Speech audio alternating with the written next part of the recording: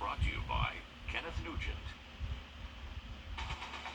From the station that's on your side, this is News 12, First at 5.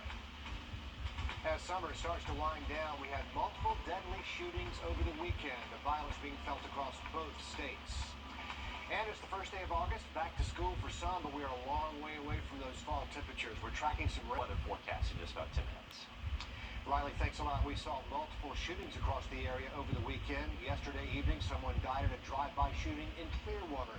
In Burke County, an early Saturday morning shooting at an unlicensed bar. One person killed there, 4 injured. And this past Thursday, a man shot in Augusta. His condition is not known. Claire Allen breaking down the shootings and what law enforcement has to say about this wave of crime.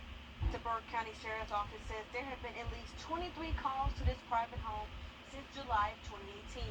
They also say that this isn't the first time that gunshots have rang out here. They say those calls related to disturbance and nuisance, damage and vandalism, and weapons and firearms. Early Saturday morning, police were called to 232 Claxton Road, where they say 5 people were shot, and one of those victims died.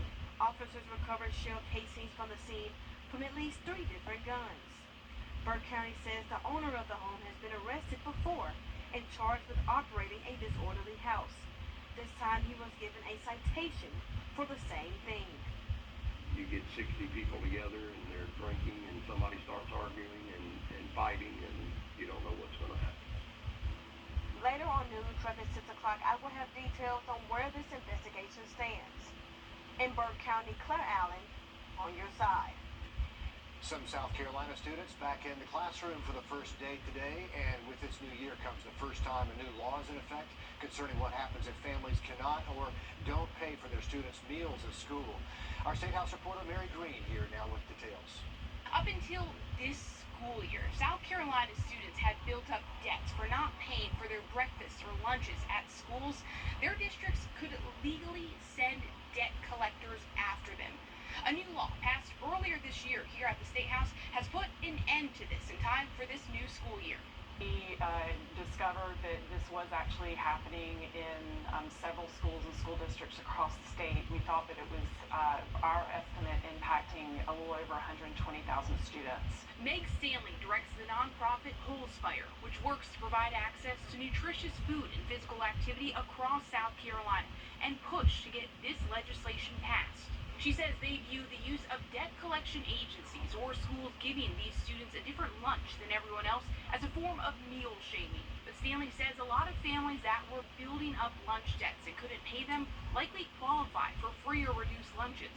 She recommends families check in with their districts before the first day of school or in the first week back to see if they qualify and if there's anything they need to fill out to apply. If their family is facing school lunch debt, they more than likely are receiving or facing a lot of different struggles. Hunger doesn't need to be what they need to be called out for in school. And for the past 2 school years, every student in the country qualified for free meals regardless of their income because of a federal pandemic-related program. Congress did not extend that program for this new school year. So Stanley says some families may not even realize they could soon start to be charged for school meals. Another reason she recommends everyone check in with their school district before this new school year begins. Reporting from the State House, I'm Mary Green. In some school districts, every student receives free meals because their school is located in a lower income area. We're continuing to learn the full scope of the tragedy coming out of Kentucky. At least 30 people dead now, dozens more still missing. Thousands of people in the state are still without power this afternoon, and the state's governor says they could be finding bodies for weeks with more rain on the way. Emergency crews have rescued thousands of people in just a matter of days, but those efforts could last for weeks as first responders struggle to make it into those remote, damaged areas. Things weren't hard enough on the people of this region. They're getting rain right now. There is severe storm potential today in all of the impacted areas. That is just not right. And it is not the first catastrophic event the state has seen in the last year. An unusual December tornado killed 80 people in the state. 3 men convicted of federal hate crimes for chasing and killing Ahmaud Arbery in Brunswick, expected to be sentenced in federal court today. The father and son, Greg and Travis McMichael, and their neighbor, William Ronnie Bryan, each facing a maximum penalty, life in prison, after a federal jury found their killing was motivated by race. All three men already serving life sentences for murder convictions in state court. They were convicted in the hate crime case back in February. Most U.S. students are heading into the new school year with an optional mask policy. The data company Wrdw says about 98% of the top 500 kindergarten through 12th grade students do not require face coverings. But the School Superintendents Association says policies could change in some areas where COVID cases are rising now. The CDC is recommending universal indoor masking for schools and early education programs in locations with high COVID levels.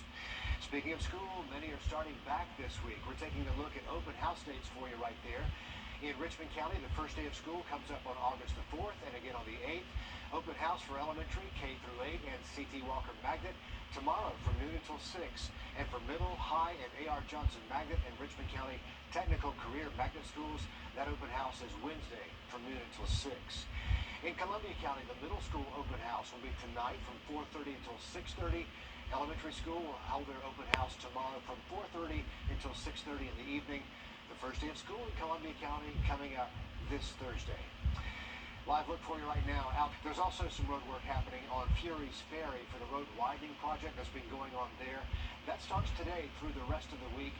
From 9 until 4, look for lane closures at both Sullivan Hartfield Road and Oleander Drive off Fury's Ferry. Expect delays and be careful going around those workers who are out there in that area. Some breaking news to pass along. We're learning more about a standoff in Augusta earlier today.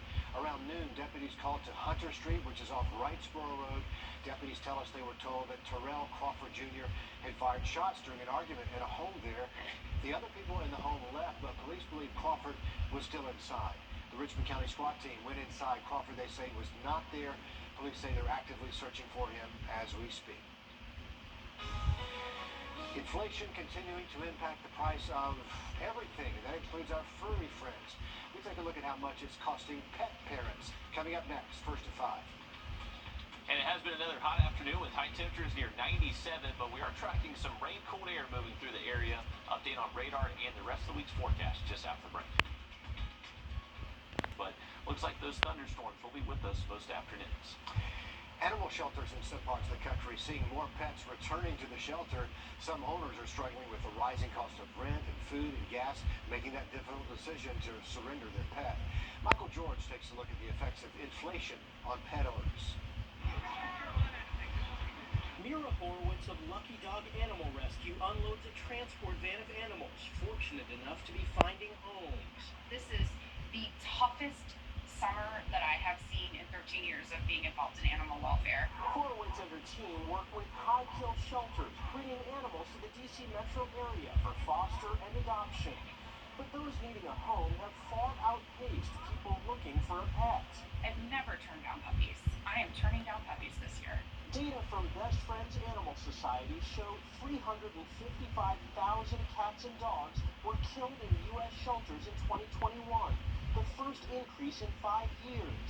Inflation-induced financial hardship is now forcing some owners to surrender their pets. We had to make a decision about, we need a roof for the baby and us. And shelters in parts of the country are overwhelmed and understaffed. We only have so much space in our facility, so if we don't have the room, then we have to tell them no. Another reason for the animal surplus, a suspension of spay-and-neuter early in the pandemic. Now we're in the 4th generation of those unwanted litters that came out of that time. Organizations like the ASPCA are offering assistance to owners in need, ranging from food to veterinary care, to help keep pets in their forever homes. The ASPCA's community veterinary clinics, like this one in Brooklyn, provide partially and fully subsidized preventative care to qualifying pet owners. There is a wide spectrum of what pet owners can afford, and all along that spectrum, there's a limit to how much people can pay for care. We have plenty of cats in here. Horowitz hopes the dog days of summer don't slow down the pace of giving these little guys a new leash on life. Michael George, CBS News, New York. So a good time to adopt if you can. Okay, parents, listen up. While your kids are having fun playing video games, there may be something more dangerous going on in the background. We're going to explain in the next Watching Your Wallet. The live In our area, the CDC says Georgia is reporting 351 cases of monkeypox. In South Carolina, 16 cases confirmed so far, and so far no cases confirmed locally in our area. In California, the McKinney fire is growing, and it's reached the Oregon border now. It's one of more than 50 wildfires burning in the western half of America right now. The firestorm is being fueled by high winds, the heat wave there, and the decades-long buildup of dry brush. The blaze is threatening hundreds of structures in a northern California county, already destroying several homes and a community hall there. 70% of families have at least one child who plays video games. That's according to the Entertainment Software Association. And whether it's cyberbullies or hackers, experts say you need to be aware of potential threats. Consumer investigator Rachel DePompa breaks down ways to protect you and your family in this Watching Your Wallet. Gaming can be fun and social, but several experts tell me you have to make sure that your child is prepared for what can go wrong in online games. Cyberbullying can escalate while gaming, especially in those chat windows. Parents can screenshot any offensive conversations and report them to the game administrators. Andre Sedenko is a web content analyst with cybersecurity company Kaspersky. He says your child must never create user IDs with any part of their real names or nicknames. He also says you must teach your child never to give out their address, geolocation, or login credentials and password in a chat window. They may single out your child in a general chat channel and then start sending personal messages, then ask for their personal information. If they have your child's real name, cyber criminals have been known to search out a child's other social media accounts and try to connect there as well. He says if you have a webcam on a gaming device you are using, for instance, if you play on a personal computer, cover the webcam with a piece of tape. And if you can, disable the chat feature altogether so you don't have to worry about your child sharing personal information accidentally. And you want to disable any in-game purchases, especially if your credit card is tied to an account. Some dangerous online games can trick you into purchases or sharing personal information, so read up on every game that your child likes to play. With this Watching Your Wallet, I'm Rachel DePompa. All right, some good tips there. Thank you for that, Rachel. Looking ahead to our weekend forecast, our temperatures finally do tick down a few more degrees, staying in the low 90s each afternoon, but watch out for a few storms. Then looking at 7-day forecast just after the break.